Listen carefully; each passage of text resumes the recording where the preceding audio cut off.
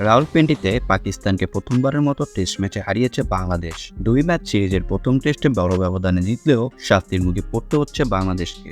এছাড়াও শাস্তি পেয়েছেন tiger allrounder Shakib Al হাসানও। ম্যাচটিতে slow over রেটের কারণে বাংলাদেশ দলকে শাস্তি দিয়েছে আইসিসি। নির্দিষ্ট সময়ে 3 ওভার পিছিয়ে ছিল বাংলাদেশ।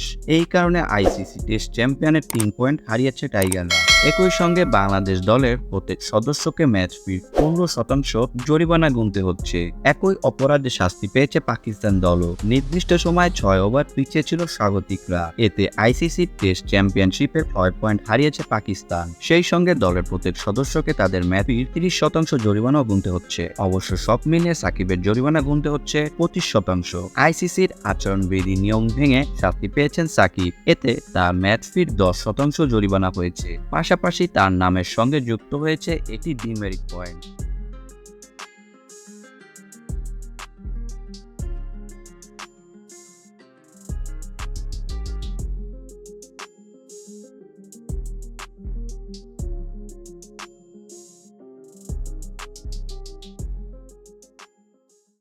ভিডিওটা শেষ পর্যন্ত দেখার জন্য সবাইকে অনেক অনেক ধন্যবাদ।